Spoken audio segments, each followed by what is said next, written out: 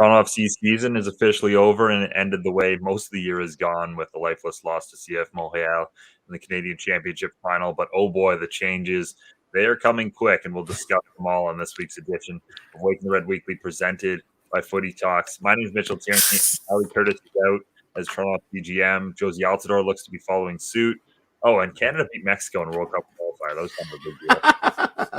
Thoughts on all of this from a man who has seen it all in the Toronto FC world, John Molinaro of TFC Republic. But let's not waste any more time setting the stage, guys, because there's so much playing out on it right now.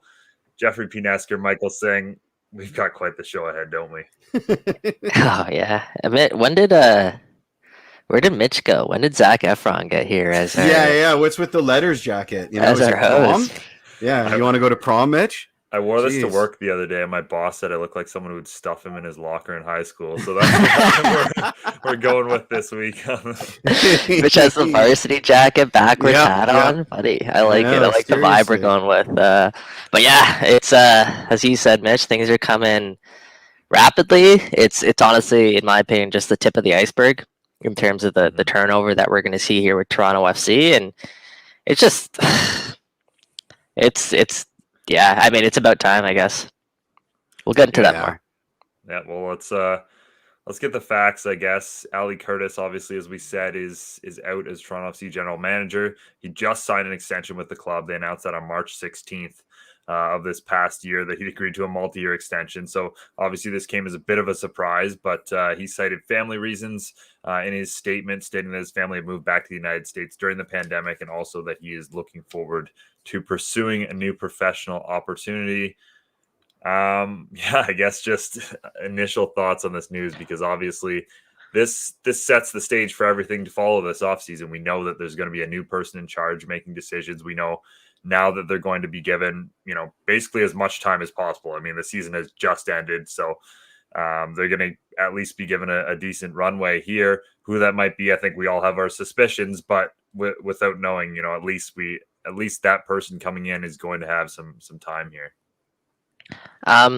Yeah, I guess I'll start there. And a lot of people are jumping to the conclusion that Toronto FC let Ali Curtis go. For my opinion, and from everything that I'm seeing here, and based on the terminology that's being used, it doesn't sound like that was necessarily the sole reason, and perhaps maybe the main reason. The title of the press release was Toronto FC General Manager and Senior Vice President of Soccer Operations Ali Curtis departs the club to pursue new opportunity. And that's kind of congruent with the Athletics' initial report, which was that Ali Curtis was parting ways with TFC to take that role within the league office in terms of overseeing their new up-and-coming developmental league. And I know that's always been kind of Ali Curtis's ambition, let's say. Like he always wanted to do more. He wasn't just the guy that put himself in a box. He's a very well experienced person, and I'm not convinced totally that this was the club just completely deciding to move on from Ali Curtis. I mean, it's a very carefully written press release that allows everybody to keep their hubris and ego intact. You can't deny the legality that's associated with the mutually part ways, especially when you take into account this contract extension. It allows for zero litigation on both parties, right? With a dismissal, there is a different that has a different view under the eyes of the law than mutually parting ways. So there's a lot of careful language in that press release, and it's designed to take blame away, but yet still say it's over. So in terms of taking a he said kind of out of that thing, it's all conjecture, and I think it was written that way by design. So we can speculate as to what did anything, but I will say, I don't necessarily fall on the same line of thinking as you do, Mike. If he had his eyes on the D3 league, and again, I don't have the the stats as to when that was advanced, then why even sign a contract extension? And the it's just that more information of this comes out, the dates aren't matching up, right? I was talking about my future in September. That's a paraphrase out of Ali's quote machine. Well, in September the team was sputtering to a very, very, very long and prostrated death. So like, of course you're thinking about your future, dude. So it just everything's set in an island, right? And I'm gonna get to this when we have JMO on, because it's upsetting. The last couple of days, you asked me how I feel. I have whiplash. We all expected big announcements to come through the chain, but I'm checking my watch here, and we are less than 72 hours removed from capitulation to CF Montreal in the CAN champ. The calm Less than measured 48. approach to these less than 48. The calm and measured approach to these press releases, suggests to me that there's been a long enough time for these to go through multiple drafts and have everybody from the person, from the top down rubber stamping this thing. So I'm not trusting anything I read. And I think that's why I'm so frustrated, because this club used to be a lot more transparent than this. And now we're just parsing everything. We're getting so little. I guess before we dive too far down that road, I mean, I'm gonna talk to Toronto FC tomorrow. That's when they're holding their end of season media availabilities, and we'll get more information as we chat with them, because you can only put out so much in a press release, Jeff. Right, Mike? I'm going to ask you a question. Do you think you're going to get any more information tomorrow, or do you think it's going to be the same talking points? No, I think we'll get more information tomorrow. Okay, I hope so, because I'm looking forward to it. I mean, a lot of it comes down to what questions, obviously, we ask as the media. But I mean, especially like Bill. Like, Bill's pretty transparent when he's addressing the media.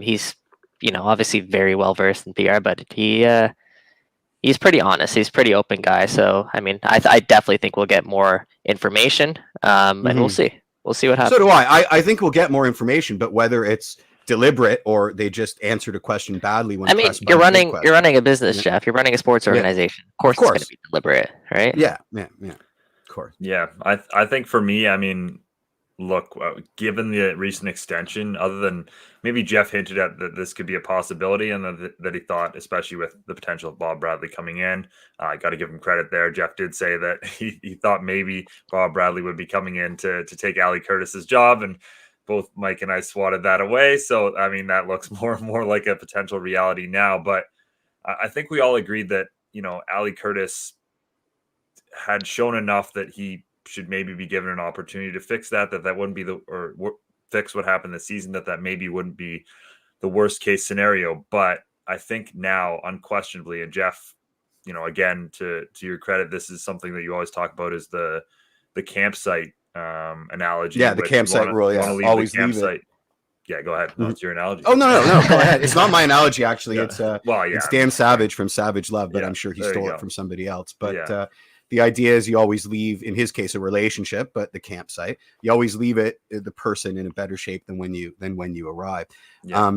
Finish your thought, Mitch, because I'm not sure how you're going to answer this one. Absolutely. Well, I don't think there's any question that this team is worse off now than it was when Ali Curtis took over. And the main thing that I come back to is, what's the core of this team? For the first time since 2014, that's a really difficult question to answer. And there's been no consistent thread throughout this season. I mean, you start the year, you've got the young guys coming well out of the gates. It looks like maybe the youth revolution started with Noble and Io and Ralph Prizo and Schaff and even Luke Singh having a great season, but then that fizzles out. Then the middle part, you got Bradley and Oso stepping up, but they start to lag a little bit. Then Soteldo comes in, but just doesn't have enough support around him. And then you've got the time when he sort of does get that support with Schaffelberg and Achara stepping up, but there's been no consistent thread throughout the season where a group of players have come together and looked good together for any extended period of time. And that's really concerning, because the new GM who has to come in now doesn't just have to do minor surgery and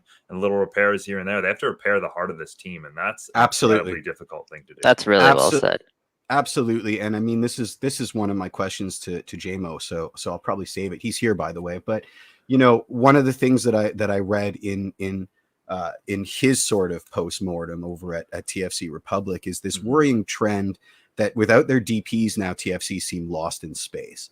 And I think that reflects on the core of the team issue, right? Because there's been such a hole with respect to fielding our DPs together. There's been a trickle down through the very fiber of being of this club where now everybody's got a buck to pass, right? We talk about all these calls for no excuses, but it seems now that this team is built on a bedrock of excuses, right? We don't have this, we don't have that, we need this, we need that, this won't work unless we have this. That's not a winning culture. That's a pass the buck culture, right? Like if you're expecting a bunch of variables to fall into place before you can even divine to think about performing at your best, something is rotten in the state of Denmark. And I'm not, Molinaro's here, so I can get his opinion on that. But I think that's maybe where he's going with that line of thought, which is, why are we worrying about the other half, right? We're all professional athletes. If we're worrying about what somebody else is doing, then we're no longer being held to a personal accountability. I have an issue with that. Yeah, I'm a poet and I don't know it. Anyway, do you want to bring in JMO now? Yeah, absolutely. Let's get all right, Mr. Molinaro on. Yeah, sorry we didn't bring you on a week where there's anything to talk about, John. I apologize for that. But now joined by John Molinaro of TFC Republic, and Jeff alluded to the column, but I think that's a good place to start. Your thoughts on Ali Curtis's departure and what that means for this offseason, because obviously this is going to be a fascinating offseason. We all knew it was going to, but this really sets the stage for basically pretty complete overhaul for Toronto FC. Yeah, I mean, well, first of all, thanks for having me on, guys. It's good to chat with you again. When I sort of examine the legacy of any coach or GM at any club, I always sort of, and maybe this is wrong of me and unfair of me, but I always boil it down to one kind of central question. Is the team in a better place now than when that sort of coach or GM first found it? You ask that question in terms of looking at the legacies of Tim Bezbatchenko and Greg Vanney. I don't think there's any question that they left the team in a much better place than they inherited it. Can we say the same thing of Ali Curtis? I don't think so. And that's not to sort of put it all on him, because I think that would be unfair. I think there are other issues here involved, and I think it has to be said, Bill Manning bears some responsibility in this. But I don't think there's any question that the team really has sort of digressed since Ali Curtis came aboard, and he made a series of serious missteps and miscalculations, from the hiring of Chris Armas to allowing him to sort of do this sort of tactical remake of the team, which was ill-conceived to begin with. Then not giving him the support in terms of players to sort of play that style. When you look at players being brought in, like Dom Dwyer and Patrick Mullins, who this year I think they played 39 times together and they scored 0 goals, to Omar Gonzalez, which at the time was a pretty big coup for the team, and I think they got a nice bump out of it towards the end of the 2019 season. But how is that contract looking now? Or Erickson Gallardo, I mean, he's played 10 times in 3 years, and that's a major salary cap drain. Almost $1 million over the course of his TFC career. Yeah, so I want to be him when I grow up. No, yeah. So I mean, and look, there were some positives too, and I don't want to sort of portray it as if this was a completely negative from Ali Curtis. When you look at the 2019 run, it was pretty incredible considering that first month where he was in charge. He had to sort of he lost Seba, he lost Vasquez, then Vanderveel was gone, but responded by closing the deal to bring in Pozuelo, and then they went on that great run. And then last year of the 2020 season, I mean, finishing second place during a year where they played the entire campaign away from home, that's pretty significant too, achievement as well. So I think he can look back at his time with TFC with some pride. But I think overall, I mean, when history is going to judge his his sort of tenure in Toronto, I don't think it's going to look back on it favorably at all. Because when you look at where the team is now, what have we been talking about for months on end? We've been talking about that this is going to be one of the most important sort of off seasons and critical off seasons in the history of the club, and he had a large hand in sort of doing that. I mean, I wrote about this today. He's like the last guy out of a burning building. I mean, he's getting out at the right time. I mean, it's not him who has to sort of rectify this and clean it up. It's others. So, Well, speaking of that, John, we actually have some breaking news, and Ooh. Toronto FC announcing that Javier Perez will not be returning as head coach. Man. Yeah. Wow. Again, I nothing guess- to talk about. Yeah, seriously. Well, I guess initial reaction there, John, on your end. Not surprised. No. I think we all sort of understood that was coming. I like Javier personally. I think he's a really personable guy. I think he could be a good MLS coach at another club. I mean, I could even see him, I think the perfect fit at this team would have been for him to be in charge of like the youth academy or something like that. I mean, he's not the guy to lead the team forward. I mean, just, to put it bluntly, I mean, he's not sort of the managerial profile that they need.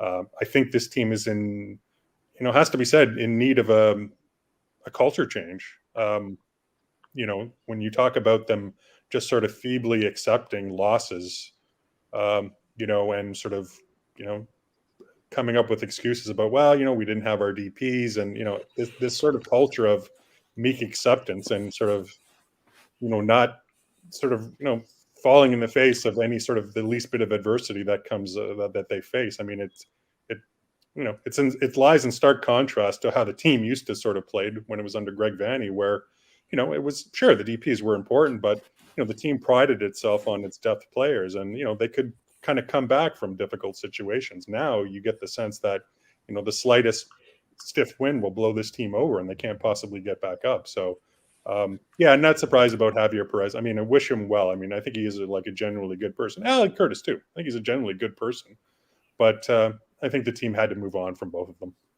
Yeah, and speaking of moving on, I mean, the rumors are out there, John, and about his replacement. And it seems every day the more and more likely this is going to transpire. Obviously, nothing official yet, but heavy rumors that Bob Bradley is in line to become the next Toronto FC head coach. What do you make of those rumors, and do you think he is the right guy to kind of set the culture right here at Toronto FC? Not surprised that they're being sort of linked with him, just because I think he's exactly this sort of manager profile that they want. Someone who has MLS experience, who has, a bit of a personality and can, he's very much a Bradley in that he doesn't suffer fools gladly, like his son. And I think, TFC could certainly use a bit of that going on right now, just considering the state of the franchise. So, yeah, I mean, I think it's a bit of an obvious selection, but I don't think there's any reason to overthink this and sort of go for some obscure, managerial candidate who doesn't have any MLS experience and has to learn. Andre Pirlo. I think I think you want sort of like a steady hand and someone who has been there and done it before. And I think by all rights, Bob Bradley fits that category. So it's while not especially surprising me, but I could see it actually absolutely working out. As Matt says, sometimes the obvious answer is the correct one. Make your predictions, John. Do you think Bob is coming as gaffer or he's coming as GM? That's actually an interesting one. I mean, it's kind of, I was having a conversation with this about a friend, last night about, could it be, him coming in as a GM, as a coach, or as a combination of the two? Yeah. I think if he comes in as a coach, which is my sort of inclination as to what will happen, I think it will be very much different from, Chris Armas and Javier Perez, in the sense that he will be given some say in terms of the direction of this club. Without question. Yeah. You don't sort of bring in Bob Bradley, and Bob Bradley would not take a job like this unless he was given a little bit more power, just in terms of, limiting him to the 11 guys on the field. I mean, he wants some sort of say, and, quite rightly. I mean, I think that's just only makes sense. So whatever position he does in, I think he's going to have a pretty big hand in, determining the future of this club. So here's my issue with this, because it's already happening with the Ali postmortem. we have to account for COVID fatigue, and I don't think we're doing that in our distillations. I applaud you because you're trying to make an allowance for that. We at least 50% of this mess it has to be accountable to the chaos that I think you said it the last time you were on our show. When the story is written of the last 2 seasons, we're going to be beside ourselves. Like, how did this happen? How did the MLS, like, we didn't have a chance to be competitive last year? It was a miracle, but this year we were absolutely exhausted. So I do think there has to be some margin when we write the story of Ali's time at TFC, and we talk about the hiring of Chris Armas, and we talk about the signings, and we talk about this, and we talk about that. Even when we talk about my favorite misfire, which is the Yeffy signing, we have to allow for this pandemic. And I think it's important to always restate that. Do you think that level is as high as I'm attesting? Do you think it's 50-50, or do you think that we're being too fair to the pandemic, and Ali's got to own a bit more of it? No, I think you're being a bit too unfair. What I would say is, yeah, I mean, look, everyone's sort of dealing with this sort of COVID-related world that we live in right now, and it's exactly difficulties all around. So, I don't think it's unfair to suggest that sort of played a part in it. Absolutely, I think it would be difficult for any team in any situation to sort of deal with what's going on in the world, especially a Canadian side with the travel restrictions and, the Nick DeLeons of the world complicating matters even further than absolutely. I mean, that was just, I won't even get into that. So for sure, I don't think there's any doubt that played a part. But, at the end of the day, you have to get on with it. And when you look at teams like Montreal and Vancouver, I mean, they were facing very similar situations. Vancouver, got in the playoffs. I mean, Montreal almost got there. So, I think it's a convenient excuse, but it shouldn't be one that, I don't think they can hang their hat on that, so to speak. I don't think that's sort of like the determining factor. Did it play a role? Sure. But I mean, at the end of the day, you got to have overcome that. I mean, you can't sort of use that as another excuse for failure. John, I'm sure you got a busy day ahead, so just a couple more for you here. But you alluded to this a little bit, and this is something we were talking about off the top. It really felt like the club kind of lost an identity a little bit this season. What for you are kind of the biggest keys to getting that back in 2022? Yeah, it's a tough one. I mean, I think they really sort of have to go back to that sort of mentality that they had under Greg Vanney, where they went onto the pitch just knowing that they were going to win, regardless of the situation, regardless of the opponent, regardless of the situation. They've lost their way in terms of that. I mean, now it's very much, we're playing away from home from a long period of time, or we didn't have all 3 of our designated players in the lineup. Somehow they kind of got away from that. There's this culture of woe is me, we're so hard done by. They have to sort of return to how it was under Vanney, where it was just they grit their teeth and they found a way. I mean, they really found a way, and it wasn't just the designated players; it was the depth players as well. I mean, everyone sort of contributed, and there was just this sense of what it kind of reminds me of, kind of how when you'll hear like the current Canadian national team players talk, and they'll talk about it being like a band of brothers and whatnot. Mm-hmm.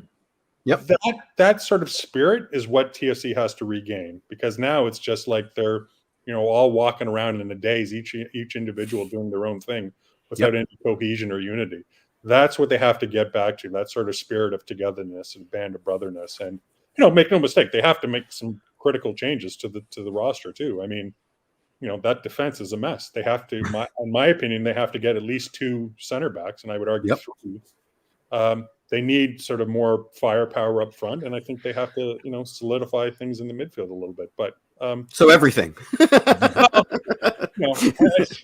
I think the defense is like the major issue. It has to be overhauled, especially in the center. But I think getting back to sort of that winning mentality and sort of restoring the culture to the way it was, that can't be dismissed. I think that has to be a high priority for this team.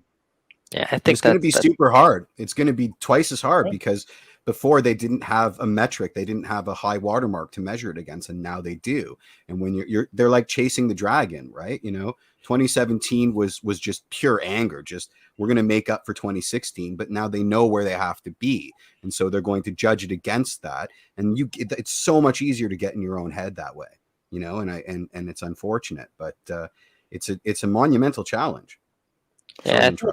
Sorry, no, I was gonna say I think that's really well said, and I guess kind of segueing onto that is you mentioned there, they need more firepower up front, and one of those pieces now that's rumored to be leaving Toronto FC, that's Jozy Altidore, and they'll have an opportunity now potentially to address that need in a big way, most likely with another designated player. Do you think that's where TFC need to go with their designated player? Is that a number 9 that's coming next if Jozy Altidore does depart the club?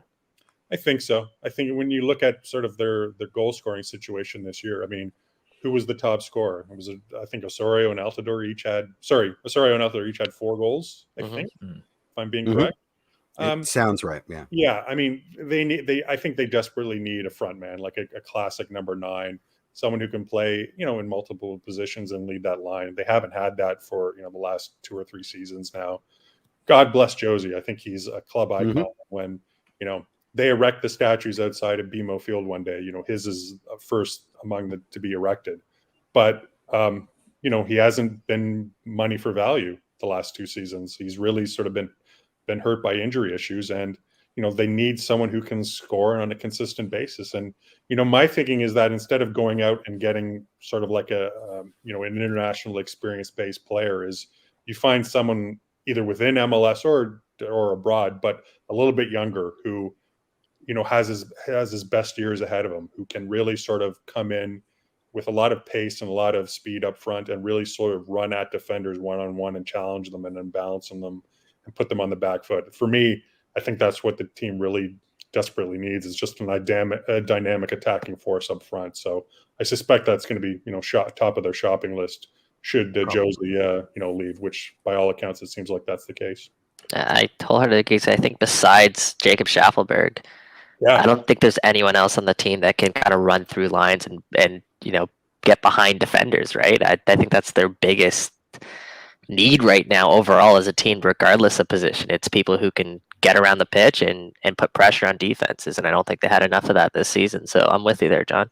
Yeah, and how great was Schaffelberg? I mean, it's kind of a shame that it took until the second half of the season for him to get his chance. But I mean, that is one of the positives, I think, is that I think they sort of they find out what a gem of a player he is, and I think he has the potential to be a really influential player for this team going forward. I mean, I would argue he was probably TFC's best player over the course of the season, and that's encouraging. I mean, a young Canadian star like that, when given the chance, and he stepped at the plate in a big way in very trying and difficult circumstances.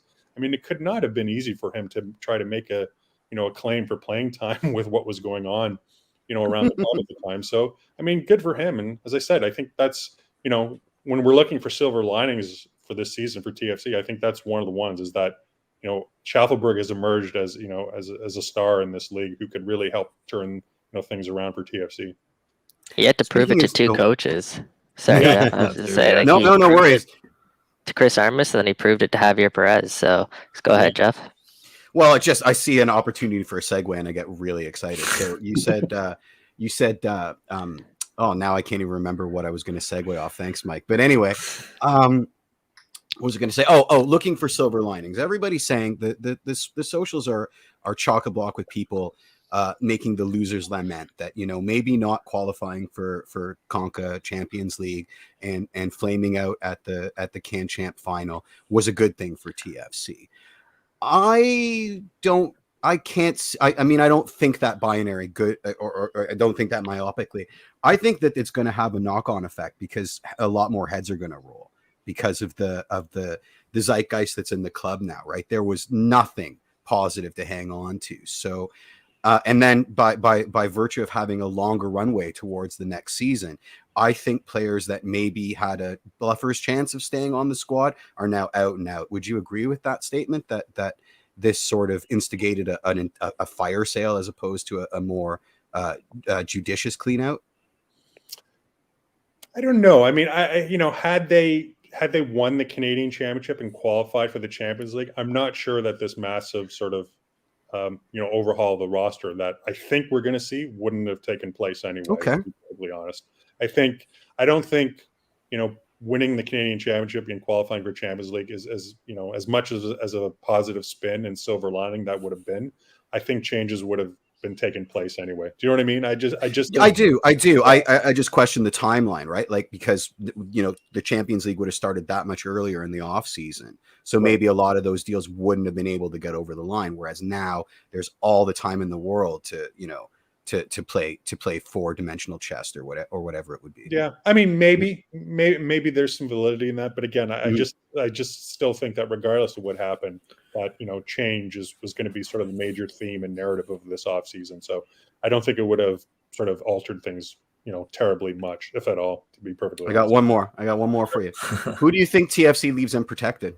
Or you know what? Considering that they're probably going to leave everybody unprotected, who do they protect? Who would you protect in the expansion? Well, draft? I mean, I do think there's some core guys there that that are worth protecting. Obviously, people don't sort of mention him very often, but I'm a big Aro Jr. fan. I think he's someone who has been of great service to this club when used correctly. Unlike Chris Armistead. Forgot about that. I think he's someone who has been, consistent sort of player since he's come here. He reminds me very much of Justin Morrow in the sense of his consistency and just the way he's contributed. So I think you protect him. I think you protect a goalkeeper like Quentin Westberg. I'm trying to go through the roster. Richie Larea, obviously, Jacob Schaffelberg. I think a lot of the youngsters, I think there's some good young talent there. I mean, Noble Okello seemed to really come into his own towards the end of the season there. Sure.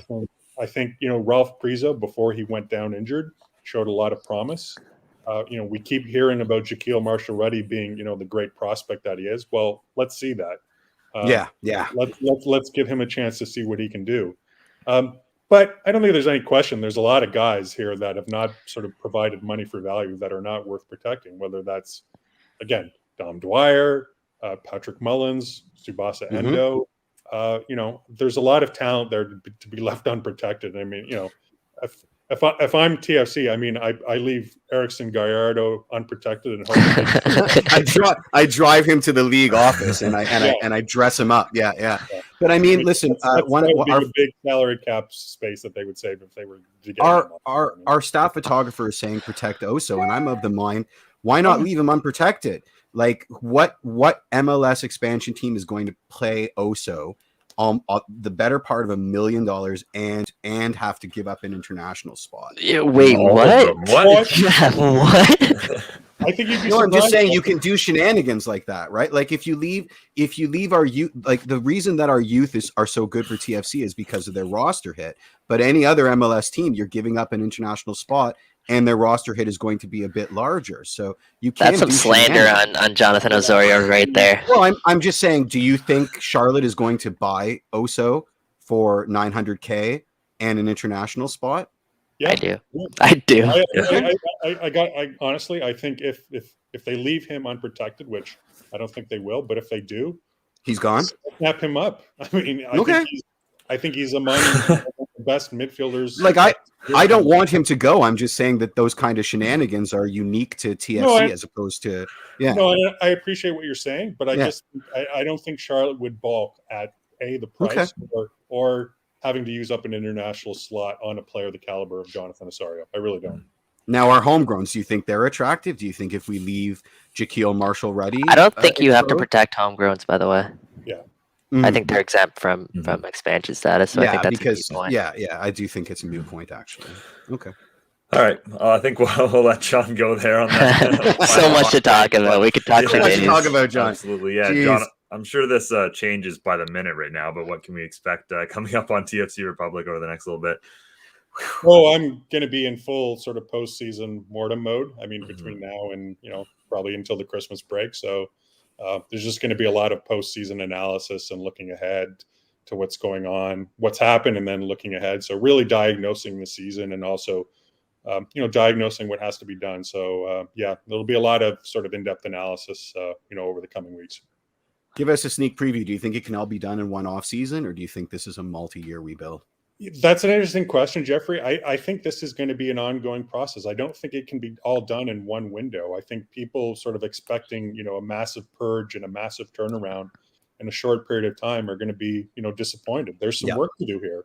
Absolutely.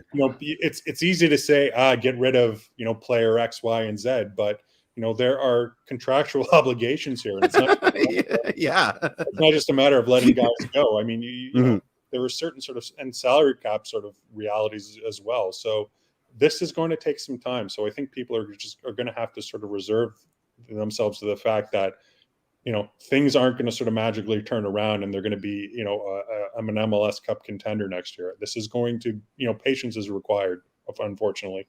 Yep. Great. Yep. Yeah, well, thank you for having patience with us today and sticking around during, what's obviously a busy time. So and agreeing on short notice to join the show as well, John. We really appreciate that. Yeah, always good to chat with you, John. And, I'm sure we'll do it again soon. Have a good one, man. No worries, man. Thanks for having me on. Cheers buddy. All right. My favorite comment, I think, from today is Jeff Mark Bergevin-Nesker. Leaving Jonathan Osorio unprotected because they're not. That's bold, Jeff. That is way too. Well, bold. I'm just saying. You've just seen Mitch's on his face. It was another one of those memes. We have the opportunity to do that kind. Like we've been at the. I hear you. Just Jonathan Osorio was a terrible example. I mean, do you? Yeah, he's a shit example. I agree, but it's still $900,000, right? Like that's a TAM level. I think, right?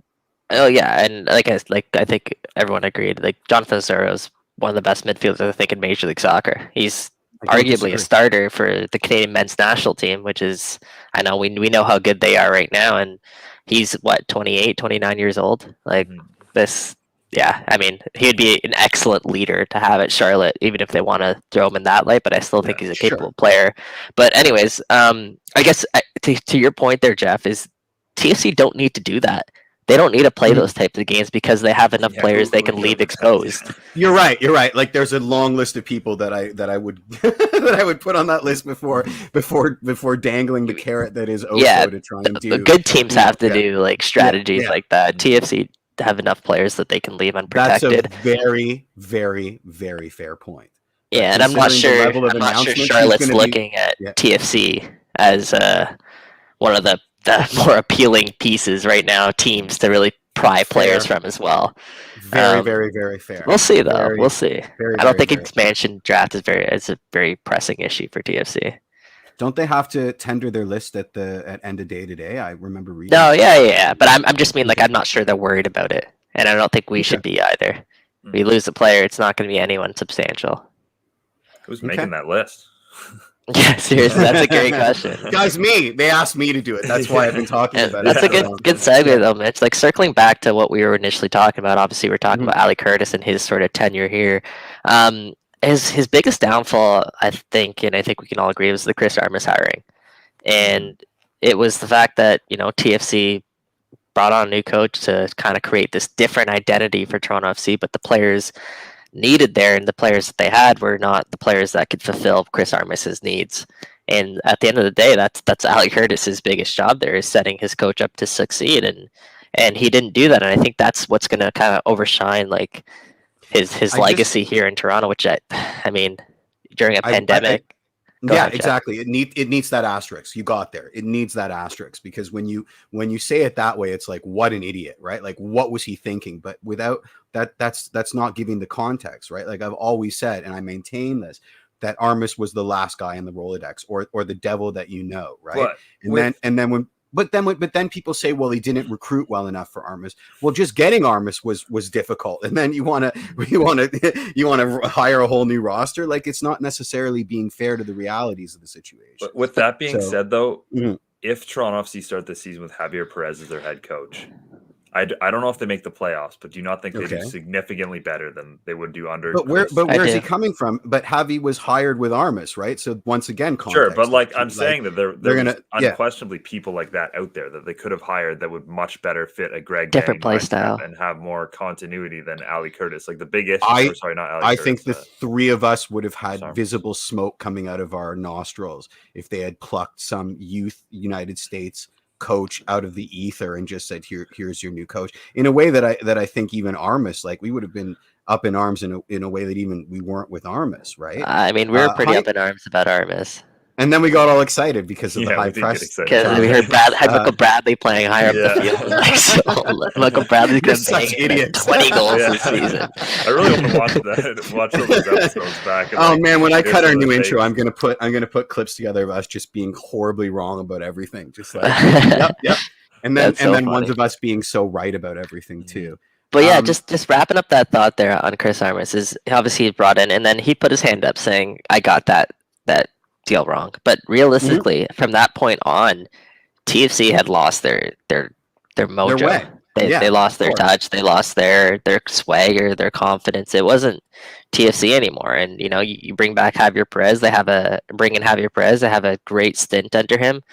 And then again, it was an okay stint if you look at the numbers. And well, the 5 games unbeaten, right? Yeah, when sure. It was, and they destroyed the New England Revolution. So, I mean, it was a great run under Perez, and then you had obviously that lapse again in the towards the end of the season. But I think it's what I'm trying to say is I'm circling back to what Mitch said, is that this team lost its identity. It was at one point it was a high pressing team, but then it tried to revert back to its old ways of being a possession based team and with a methodical build up. And then by the end of the season, it was just trotting out whoever, whenever, to try and get sort of try and get through the game really at that point. And by the end of it against Montreal, I mean, that was sort of the sum up of this season. I think we'll get to that CF Montreal Toronto FC game, but that kind of really encapsulated what the season was. It was there was no designated players really available. Obviously, Pozuelo went down within 15 minutes, and then you had Jefferson Soteldo come on for like the final 20 minutes. Jozy Altidore missed the match with flu-like symptoms, whatever you want to call it. And then TFC getting played off the park. TFC getting played off the park by Montreal. So yeah, that's where we're at right now. Before we go there, here's a comment that I want to use to. So, you know, Matt saying Curtis told us his phone was ringing off the hook with coaches interested in the job, and we ended up with Chris Armas. I mean, what's he gonna say, man? Like, is he gonna come out in a press conference and say, you know, no one was returning my calls? Of course, that's what he's gonna say. But so is that what you think? Publicly. You don't think there's a lot of people interested in the job? No, I don't. I think that following 2020, I think that it advanced to the level of we're not going to be able to do a lot with roster moves because pandemic. Also, you're going to be in a hotel because pandemic. We probably can't move you and your family into Canada for a while because pandemic. And it was a quick hang up. You know what I mean? So this revisionist history where Ali wasn't what, you know, I don't necessarily agree. Do I think the move needed to be made? Absolutely. Nature abhors a vacuum. It was a mess. Heads have to roll. Life isn't fair. But to then recontextualize, with hindsight being 2020, and remove the pandemic out of the equation and just say that this guy was like a pinball just bouncing around, you know, making horrible decisions, doesn't vibe with me. It doesn't.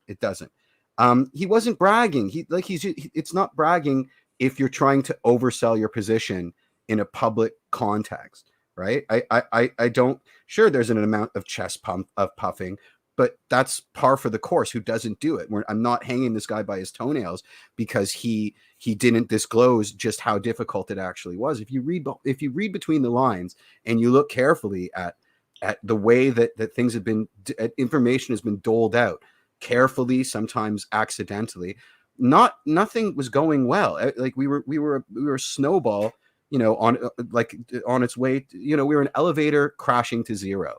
And a lot of that is pandemic based. And I think to ignore that does an enormous disservice to with everything that you know now, Jeff, in your opinion, Chris Armas was the best available option at the time, is what you're saying, essentially. Yes. Interesting. Unless they wanted to spend another 4 weeks, you know, digging under rocks, looking for somebody better. I think that they were exhausted. I think they needed to get on with things, and it's the devil, you know, right? But so you don't think at any point Ali Curtis felt like this was the guy? This was really just our last resort. I think that Ali Curtis, listen, we can all convince ourselves that a bad decision's a great one if, you know, that's the power of the human mind. And I think when you factor in the exhaustion over the course search, it's very easy to go to sleep at night and go, God, I hope this works. We're friends, and look only at the positive, right? That's contradicting a lot of reports out there that state that Ali Curtis really put on his neck on the line for Chris Armas. Well, I think he put his neck on the line because at the end of the day, you got to get on with things. And I think there might have been some dissension in the front office. Like, are you sure this is the guy? Are you sure this is the guy? And eventually you got to put your foot down and say, look, this is the guy, because I'm unwilling to engage this and indulge this until the end of time, until we find the ideal guy, right? Like, you know, and I think again, the truth kind of falls somewhere in the middle, right? Absolutely, it does. I think that it's not on the one end where it's like, this is our last resort, this is the guy. Absolutely, Mike. And I think to Matt's point is that there were probably other options as well. That probably, in my opinion, in hindsight, probably would have been better options, but it probably falls somewhere in the middle of both of those, where they didn't have as many people as probably they would have had in a normal year. But I still think they had more options than probably what existed. And obviously, again, hindsight's 2020, and again, I think that'll be his biggest downfall. I've said it. I'll say it again. All things being equal, I'm in Ali's shoes for the Jozy re-up in 2019. I do it 100% of the time. Also, I'm in his shoes, and I've got a long list of coulda, shoulda, woulda, and a guy that I have a personal relationship. I'm going to vouch for the guy that I have a personal relationship with. And I wonder how many people that are saying, Armas is terrible, blah, blah, blah, wouldn't have done the exact same thing in the exact same situation. I just think we need to be much more careful in how we contextualize his time here. What blame we assign to Ali on his watch, and what blame we assign to the Pando, and what blame we assign to just exhaustion. I mean, listen, let's not play the blame game. That's as you mentioned, like that's such a dark rabbit hole to go down, because we don't know what goes on behind the scenes. But Mitch, what are you thinking down there? You've been kind of silent there. You're just kind of nodding your head. What's going on? I don't know. I think we move on here. I think we've said all we need. If I can say one last thing about Ali, and it's just, I tweeted this out, and it's just purely a fact. It's there's no more black general managers left in Major League Soccer, which is just another shitty thing. It's just another disappointing thing. And I'm not saying, as a lot of people jumped to my mentions for whatever reason, saying that Ali Curtis should have saved his job because of the color of his skin or anything like that. I'm just stating a fact that I believe needs to be said. It's just that there's an underrepresentation of people of color across Major League Soccer, especially in decision-making capacities. And it's a systemic issue. It's like, yes, I saw someone reply to the comment, says, well, like the most qualified person should get the job regardless of the color of their skin. And in an ideal world, absolutely. We would love for that to be the case. But how do those people become qualified? Yep, exactly. Who gets the advantage there to earn those qualifications? Right? I don't think it's people of color, and that's kind of what I'm alluding to there. There's a systemic issue that dates back generations, and if we keep going to the most qualified person, which in my opinion isn't always the case anyways, then we're going to keep running in this circle. So I think it's just, I'm torn, because on the one hand I absolutely see why Ali Curtis has run his course here at Toronto FC, although I'm still I still need to hear whether or not he was let go or whether or not he decided to leave TFC. I still want to hear kind of how that goes. Does it matter to you? I mean, obviously it matters to you, but why does it matter to you? And what? Just what knowing matters? The why, like getting more illumination on whether or not it was, Ali was shown out, or whether he came to the front office. I think it does matter, because it shines a light on like the internal decisions, like whether, like, were they looking to clean house in the way that they have over the past couple of days, or was this something that happened because Ali decided that he was wanting to pursue another opportunity? I think it does at least shine some light on that in terms of the internal operations and how this offseason. Okay, let me rephrase that. Does Ali come out smelling like roses if either of those things are true? Right? Like if he was canned, doesn't come out smelling like roses. If it was his decision to leave a club in crisis for some opportunity elsewhere, that's not necessarily a good thing. I mean, it's also like a Thierry Henry situation, right? Where he stayed. His Right. family went back to the U.S. as a result of the pandemic, and Mm-hmm. he was separated from his family, which is obviously something that I don't think any of us can really speak on, and about how tough that must be. And I think that does matter because, in my Of course it does. opinion, Ali Curtis's tenure here, it's not great, but it's not the worst.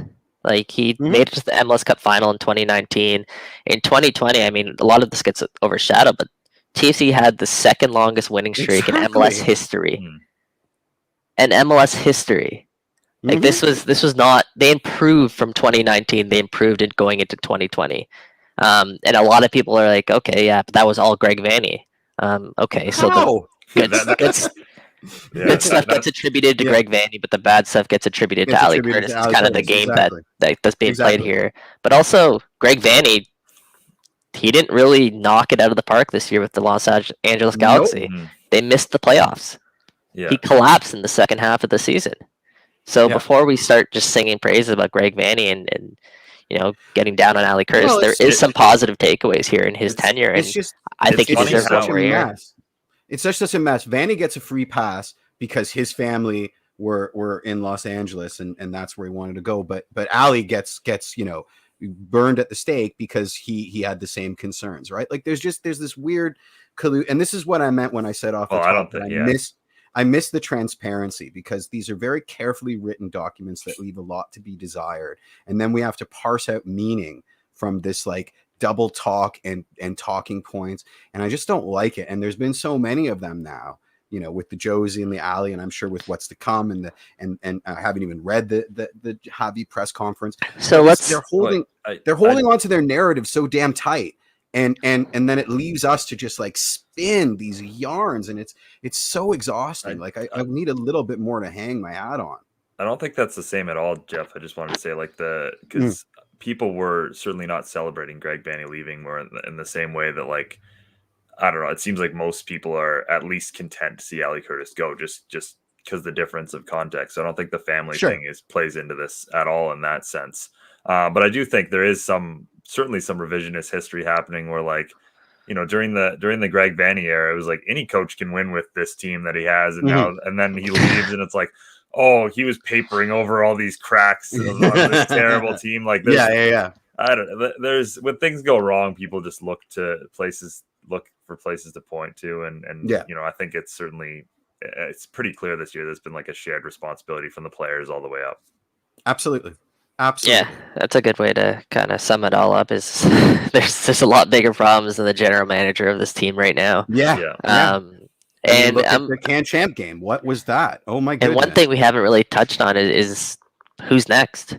Who's in line next to become the next general manager of Toronto FC, and how will we evaluate his tenure? How are we gonna go based off results? Are we gonna go based off the decisions that he makes? I mean, I think Ali Curtis's tenure was really defined by a couple things, and obviously the Chris Armas is the biggest one, but also his designated player signings, which I think the jury is still out on that, in my opinion, because he knocked it out of the park with Pozuelo.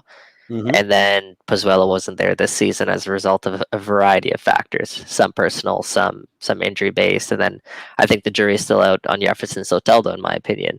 I know which side Jeff lays on, but I think it's really unfair. Where's my judge's hammer? I think it's really unfair to kind of judge Jefferson Soteldo based on what was given to him, and honestly, like production wise, he had a good season, especially considering everything that was there. But jury's still out on a lot of different things with this roster, and I don't think anybody expected this roster to be as bad as it was. I think this roster in particular, I mean, I definitely did not expect it. I don't think anyone really sitting here expected TFC to finish second last in the Eastern Conference. Many goals. Score hindsight's 2020, right? It's a results. Yep. This is Ali Curtis' line, but it's a results-based business. And if you're not getting the results, then unfortunately your tenure is not going to look good. So we'll see. We'll see who's next. It was a roller coaster. I mean, just knee jerk. Like he came in the worst possible situation. Having to clean up Bez's sudden exit and the loss of two very, very, very, very important parts of the roster. And then the Pando hit. He barely had enough time to exhale before an even more profoundly epochal event interfered with his plans for the side. It'll be interesting how this all gets contextualized the further away we move from it. Absolutely, because we're still writing the book on Bez. There are people in TFC land that still think that Bez is responsible for all sorts of things that he wasn't. And then if you go further back to Laiwiki, there are people. There's an overlap with who did what, et cetera, et cetera. So the story is still being written. Absolutely. All right. Well, I think we've gone 55 minutes into this show, and we could go on forever about a number of these topics. But let's maybe end on a much happier note and talk a little bit about the Canadian men's national team, because we could have done a whole show on this if Toronto FC hadn't gone crazy and knocked out half the team at this point in terms of the management staff, at least. But I mean, this was. Mike, I think you put in the show notes, was this the greatest win in Canadian men's national team history? I think that there's context that still needs to happen on that. If they qualify for a World Cup, then probably yes. I think it was the biggest win in Canadian men's national team history. I think you have to wait on that before you can consider it that. But I think after that win, for me, there's no question which direction this is going. This team is incredibly close to getting to Qatar, and all signs point to the fact that they have all the confidence, all the ability, and just the belief that they're going to get there. If it's not the greatest win, it's easily the most poetic win. Oh, think about that. Yeah, honestly, that snow jump by Sam Adekubi into that snowbank is going to be. I'm going to remember that for the rest of my life. It was fantastic. It was beyond fantastic, man. I can't even sum up how special that was, just because it was so Canadian. Yeah. And all of Canada's tuning in, a lot of people for the first time, and I bet you they'll be tuning in for the next games after witnessing a spectacle like that. And the whole narrative behind it, we were talking about leading up to it, about the Ice Tech and how Canada Soccer was using that as to their advantage in the CONCACAF when Mexico has altitude and all of those factors. I mean, it was so Canadian, and it's I'm at a loss for words because it was just so special, so special. It really was. Yeah, what it definitely was that moment. Like John Herdman's been talking about for years, about that moment where all of a sudden everyone, gets on board with this team in the same way that they did during that loss to the United States at the Olympics with the women's team in London 2012. Like, I think everyone, the second Sam Adekubi jumped in that snowbank, like that was the turning point for this team forever. That like now, this is Canada's team. This is the team everyone's behind. And, that was the moment that everyone just became super proud of this team. And it's like, wow, this is something special. Yeah. I mean, I went down a huge YouTube rabbit hole of sort of self-made travel log videos, little vlogs from people that were in attendance. And the one thing that ran through all of them was most of these people, this was their first men's national team game that they've ever been able to attend live, and they loved every second of it. So they're, at the end of the day, if we didn't have to worry about playing surfaces and temperature and all of that stuff, I love the idea of the national team going around and giving opportunities to everyone in the country to see them live, especially Vancouver. Yeah. What's Vancouver? I've never heard of that place before. Sounds Swedish. I'm all for it, but of course that's not the case, and there are a lot of other factors to consider when deciding where to stage these games. Well, they're going to have the perfect. Well, I mean, there's a couple things playing into that. Obviously, the FIFA visits are a big one. That between Toronto and Edmonton, like those were massive in terms of, just having those venues host the games. The other thing is they're going to have a great opportunity to do that before the 2026 World Cup, where you don't have to qualify. You don't have to do the qualifiers thing. So you can just spread these games out as much as you want across the country and just have all the venues. But right now, you got to consider travel. You got to consider where is best for these guys to play. That's all that matters. That's all that matters. And if these guys are more comfortable in Toronto than they are in BC, that's all that matters. And it sounds like there's a bit of conflict between John Herdman and the CSA right now in terms of where they want these games to be played. But, you hope Herdman wins out because that's the bottom line. These games are far too important to use Agreed. them as a marketing piece. Agreed. And that was my concern about what happened in Edmonton. And I'm glad to have been pleasantly surprised and altogether unilaterally wrong about it. But I do think now that, you've got to restate the priorities here, because it can't be about a victory tour, because we haven't won anything yet. Yeah, big 6 games coming up. Obviously, Canada finishing atop the World Cup qualifying CONCACAF group at Happy the New end Year. of 2021. 8 games, more than halfway through this qualifying stage, and they have their toughest ties arguably out of the way, and that's away to Mexico, away to the US. But coming up, it's not easy. Nope. Obviously, January is a really tough window. You're going away to Honduras, which I know we've Gavin's been on here talking about how tough of a tie that is, just based on the environment. And then you have home to the US, which, I mean, they have something to prove against Canada, because Canada's kind of proven that they can be a pain in the butt for the US and Mexico, as those two sides were expected to run away with this group, but that's been anything but the case, and I think US will definitely be up for that one. So 2 very important matches coming up in January. And then it kind of gets a bit easier for the national team, and let's see if they can bring it home, guys, because it's looking pretty good right now. I'm always worried about those Caribbean away matches. Always. As you always that's should where, be. Yeah, that's where our World Cup hopes go to die quick, unceremonial deaths. So I'm worried about that, but I mean, I'm not going to start until the new year, I think. One more. Yeah, I know we've gone an hour, but I think we do have to fit in just a little bit of Jozy Altidore talk. Absolutely. We've got a week before to preview the CanPL the national team in first, and then we'll get to Jozy. Let's do it. The fact that they scored the most goals of any national team this year, obviously, in the we world, know who they've played. We know who they've played, but this was a team who scored 1 goal in 2012. One goal. Or no, I don't think it was 2012, 2013, the year after.